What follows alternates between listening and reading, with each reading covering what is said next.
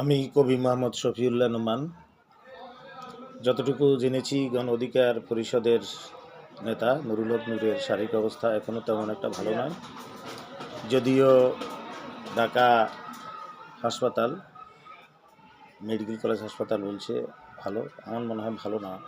উন্নত মানের চিকিৎসার জন্য জটিল প্রক্রিয়ার অনেকগুলো বিষয় আছে, যেমন নাকের হাড় ভেঙে গেলে বা মস্তিষ্কের ভিতরে যদি বড় আকারের ইনজুরি থাকে, সমস্যা থাকে, এ ধরনের চিকিৎসাগুলোর জন্য তার মেমোরি লস বা বিভিন্ন ফাংশনের ব্যাপারে বিদেশে যে সমস্ত রাষ্ট্রে উন্নত মানের সার্জিক্যাল বা অর্থোপেডিক্স চিকিৎসা রয়েছে পাঠানোর জন্য, সেখানে হয়তো বিপুল পরিমাণ টাকা দরকার। এগুলো হয়তো সৌদি আরবের রিয়াদ অথবা সিঙ্গাপুর, আমেরিকা বা ফ্রান্স বা ইংল্যান্ড এ ধরনের উন্নত মানের হাসপাতাল রয়েছে, বা জাপানেও থাকতে পারে।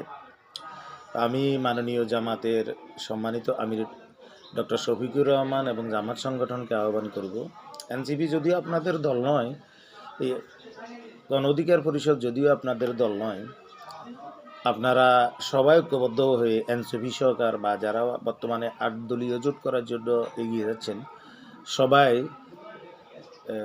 নুরুল হক নূরকে উন্নত মানের চিকিৎসা করিয়ে আনার জন্য জামাতের প্রতি অনুরোধ জানাচ্ছি। আপনারা খরচ গ্রহণ করে ওনাকে বিদেশ থেকে চিকিৎসা করিয়ে আনুন।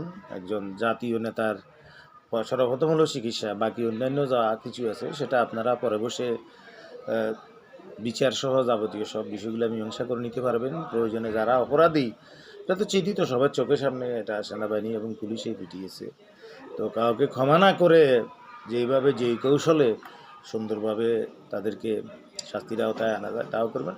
সবচেয়ে বড় দাবি জামাতের আমির সাহেবের কাছে অনুরোধ করব, দলের সবার সাথে আলোচনা যোগাযোগ করে তার চিকিৎসাটা করিয়ে আনবেন, খরচটা বহন করে। আসসালামু আলাইকুম।